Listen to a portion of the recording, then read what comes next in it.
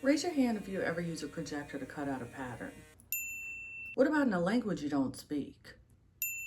Well, that's what I did this week. This dress pattern is free, chic, and German, but the instructions left me fighting for my life, and I'm going to show you how that went down.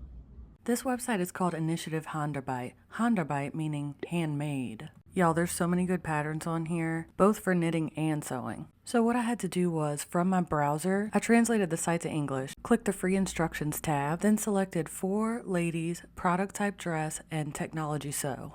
Look at all these cute dresses, y'all.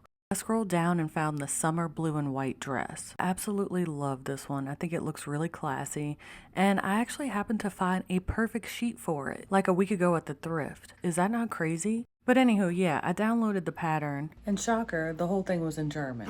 So I tried a few different things. One of them being PDF Simply, which, don't waste your time. Unless you want to sign up with your Google, which I don't play that because I don't trust these people. No. Next, I tried Google Translate, which has an option to translate documents, including PDFs. Now let me show you what this damn thing did. So I'm editing as I'm looking at this again, and I'm like, wait a second, hold on. Could I have made this way easier on myself by actually following whatever the hell these instructions are? But I don't really know because I took a whole different approach. I'm not sure what this info is actually about now that I'm editing it, but I think it's telling me that I can use an app to transfer the pattern directly to my phone. Wait. What are they talking about? Anyway, check out what Google Translate did. Does any of this make sense? During the slow inhalation, I don't know what the hell any of this is. Yeah, it didn't work. Can you tell? I'm guessing that's probably because there's a lot of stuff that's sideways on the pattern, but I didn't know what to do. I thought my best bet would be to use Google Lens to just translate as I go. Which, what the hell is Schmidt line for back part?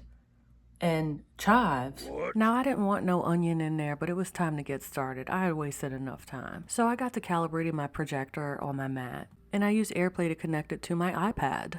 The app I used is called Pattern Projector. It's free and super easy to use, and there's a tutorial on their site that shows you how to do everything. But basically, you have to calibrate your projector to the size of your mat, and they make that really easy to do, as long as you don't have a real hungry little baby trying to bother you the whole time. Just kidding, he was simply reminding me that it's time to eat in 5 hours. Now it was time to project my pattern, which, excuse this camera work, because I have my projector on my tripod. Now peep this. Wow. Now that I had that projected, I rotated my pattern 90 degrees to take advantage of full real estate of my mat. There is a caveat here that you're gonna have to learn how to use the software. It's pretty simple, but I had to figure out how to stitch all the pieces together, and then I projected it. Now it was time to get to cutting, which at this point I realized that this is actually a duvet cover and not a sheet, so I had to cut that open. I placed the fabric on what I knew was the fold because although I don't speak German, I'm not stupid. Just kidding, I'm just aware that my body has two halves. I also made sure to mark down all of these whatever the hell they are because I made the mistake in the past of not doing that and then it just screwed me over. Oh, no. Let's get to cutting. Now that I had my pieces, my first order of business was to neaten the front and back pieces all the way around except the top edges. I nailed that part. Then they wanted me to sew the sides of the dress together. And I did that only to find out that the sides were kind of misaligned because I probably cut it all janky. So I seam ripped the janky side and sewed it again from the top. That way I figured I'd be able to just neaten the bottom afterwards. And it was still a little off, but that didn't bother me none. The next part said press, but I wanted to finish sewing first. The instructions were as follows. Neaten all edges of the 2 hem panels, which I did gladly, assuming the hem panels meant these 2 ruffles on the bottom. Because that's all I had left. It was just 4 pieces, okay? So that makes sense. But what doesn't make sense is that when I went to follow the next step, which was sewing the panels together along the short sides, come to find out the ruffle was way too short. It didn't even span the width of the dress bottom. And I'm realizing the reason for that is because the pattern says Stoffbruch, and when you translate that, that means material breakage, which I would think that means the edge, not the fold. So that's confusing, but I figured it out, and I just went ahead and cut another one. Then I serged the edges of that one and attached it to the other piece. Now that I was done sewing the long loop, I could iron everything for real. And now it's time for my least favorite part, which is doing the ruffles. So I had to turn my stitch length all the way up to 5 so I could make a basting stitch, and then it took me forever to fit this dang loop to the bottom of this dress as ruffles, and I hated every part of it. Usually I use a ruffler foot, but this time I was just going with their instructions. I had to use pins, and I hate using pins, y'all. I figured if I pinned the sides and then found the middle point, I would be able to do this easier, but yeah, this part took me about an hour. What really helped was starting by pinning the back ruffle, stitching that on, and then pinning the front after the back was secure. I got curious and decided to try it on, realizing 1, I didn't like the length, and 2, why was it this baggy? I came back to the computer to observe, and yes, it was supposed to be that long. The show must go on.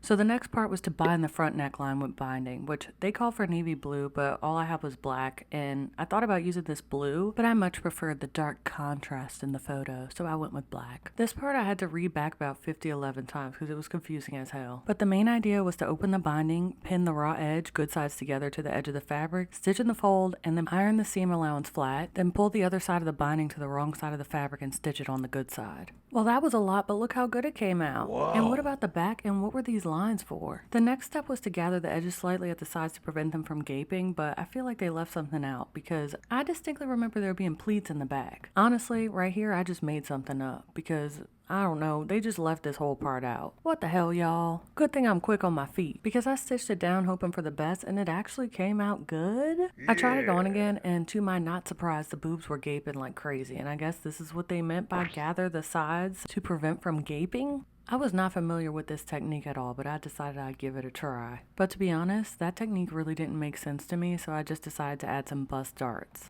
After giving everything another good press, I trimmed the edges so I could finish the binding on the back of the dress. And for this, I just repeated these same confusing steps from before. But I did mess up this part because I was supposed to leave enough length for the entire strap, but for some reason the math was not mathing in my head and I could not figure out how to stitch that on. So I just did the straps separate. I haphazardly measured the length of what the straps would be like crisscross and came up with 23 inches.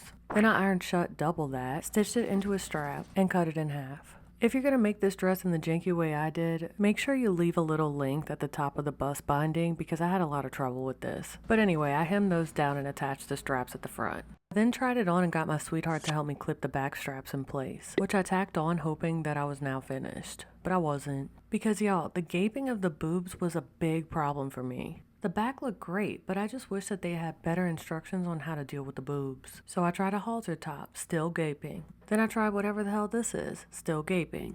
And I also really didn't like how I was pulling the dress up in the back. It just didn't look right and I was aggravated.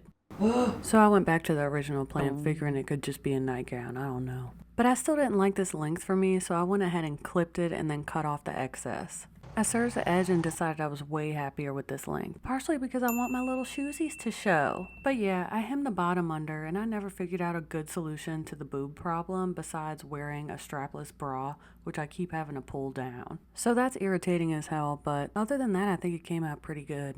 And here's a cute TikTok I made.